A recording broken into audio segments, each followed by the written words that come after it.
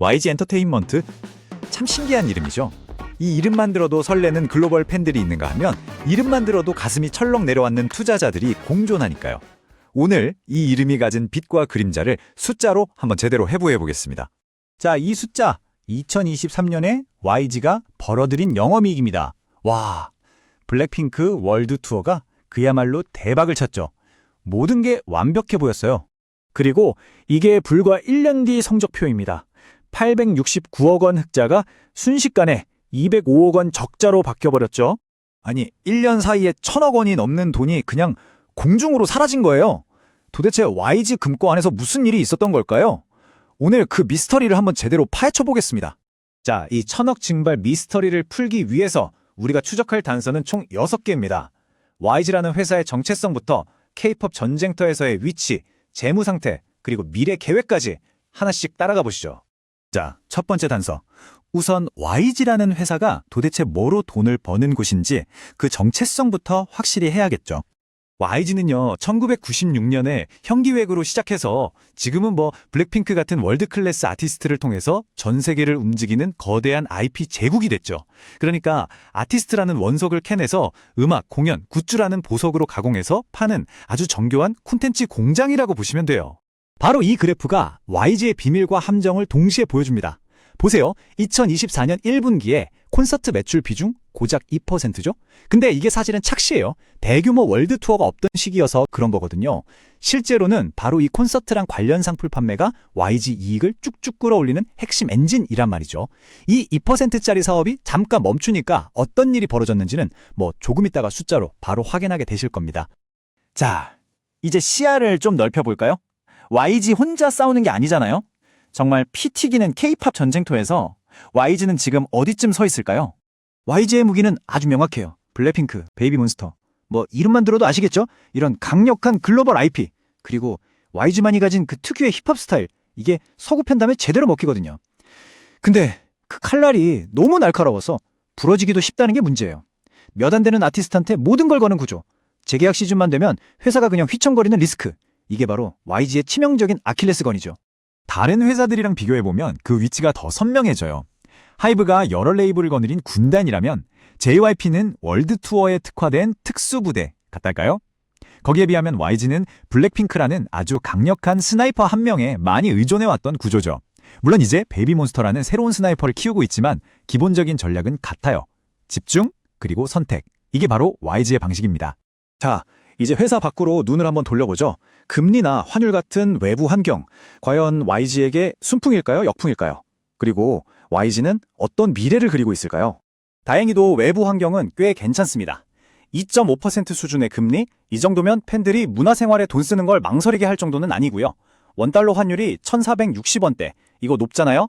해외 투어 수익을 원화로 바꿀 때 돈이 더 많이 남는다는 얘기죠. 여기에 정부까지 K 콘텐츠를 밀어주겠다니 YG라는 배가 항해하기에는 꽤 좋은 바람이 불어주고 있는 셈이에요. 이런 순풍 속에서 YG가 펼치고 있는 돛은 크게 3가지입니다. 첫째, 베이비몬스터랑 트레저로 성공적인 세대 교체를 이룬다. 둘째, 마진이 높은 콘서트랑 로열티 사업을 더 키운다. 셋째, 하나의 IP로 영상, 상품 등 여러 수익을 내는 다각화 전략을 편다. 결국 핵심은 하나예요.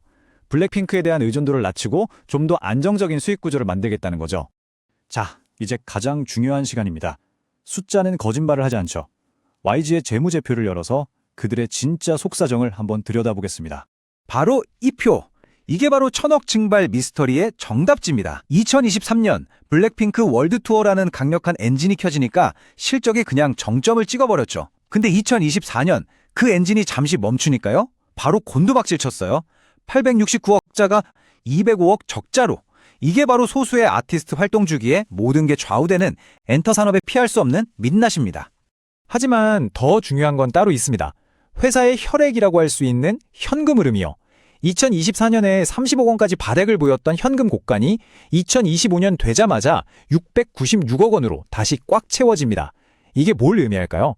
2024년의 적자는 일시적인 현상이었을 뿐 YG가 돈을 버는 근본적인 능력 자체는 여전히 쌩쌩하다는 가장 강력한 증거가 되는 거죠. 결론적으로 실적은 롤러코스터를 타도 회사 금고 자체는 아주 튼튼하다는 거예요. 자기 자본 대비 빚의 비율을 뜻하는 부채 비율, 이거 30%대로 아주 낮고요. 당장 쓸 수 있는 현금만 1,000억 원이 넘어요. 이 탄탄한 재무체력이 바로 거친 파도를 버티게 해주는 일종의 안전벨트 역할을 하는 겁니다. YG는 투자자들한테 두 개의 얼굴을 보여줘요. 하나는 꾸준히 이익을 나눠주는 아주 친절한 얼굴, 다른 하나는 언제 터질지 모르는 리스크를 품고 있는 좀 불안한 얼굴이죠. 빛과 그림자, 여기서도 아주 극명하게 갈립니다. 한편에서는 순이익의 10%에서 20%는 배당으로 약속을 지키면서 주주들에게 현금을 꼬박꼬박 나눠주죠. 하지만 다른 한편에서는 블랙핑크 개인 활동 수익은 YG 몫이 아니라는 계약의 한계, 그리고 다음 컴백이 언제냐에 따라서 회사 전체의 운명이 휙휙 바뀌는 그 구조적 리스크, 이걸 고스란히 안고 있는 거예요. 자, 이제 마지막 질문에 답할 시간이죠. 이 모든 빛과 그림자를 고려했을 때 과연 YG는 투자할 만한 기업일까요? 이 질문에 대한 답은 딱 하나로 정해져 있지 않습니다. 왜냐면 여러분이 어떤 투자자인지에 따라서 그 답이 완전히 달라지거든요. K-팝의 성장과 YG의 세대 교체를 믿고 5년, 10년 길게 내다보는 농부 같은 투자자라면 지금의 주가 변동은 좋은 씨앗을 싸게 살 수 있는 기회처럼 보일 수 있죠. 반면에 월드 투어 같은 큰 파도가 올 때만 잠깐 올라타서 수익을 내는 서퍼 같은 투자자라면 컴백 일정을 정확히 예측하는 게 가장 중요할 거고요. 하지만 리스크를 극도로 싫어하는 조용히 기다리는 낚시꾼 같은 가치 투자자라면 이 거친 파도를 피하고 더 잔잔한 날을 기다리는 인내가 필요할 겁니다.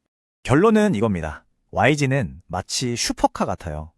글로벌 스타라는 정말 강력한 엔진을 달았는데 이 시동이 언제 걸릴지 예측하기가 참 어렵습니다. 이 불확실성이라는 스릴을 즐길 수 있는 드라이버에게만 허락된 그런 차라고 할 수 있겠네요. 이 기업에 대한 여러분의 생각을 댓글로 남겨주세요. 투자는 항상 신중하게 접근해야 하고 그 결정과 책임은 여러분 각자에게 있습니다. 오늘 이야기가 유익하셨다면 앞으로도 계속될 흥미로운 기업 분석을 놓치지 않도록 구독과 좋아요 부탁드립니다. 다음 시간에 더 흥미로운 이야기로 다시 찾아뵙겠습니다. 감사합니다.